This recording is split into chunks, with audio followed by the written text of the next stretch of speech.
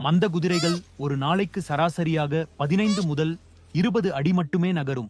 இவை ஒரு நிமிடத்திற்கு சுமார் 0.24 கிலோமீட்டர் வேகத்தில் மட்டுமே நகரும். இது உலகில் வாழும் நிலவிலங்குகளில் மிகவும் மெதுவாக நகரும் விலங்கு.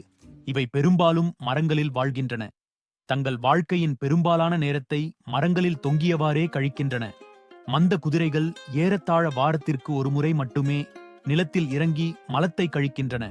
அந்த நேரம் மிகவும் ஆபத்தானதாக அமைகின்றது.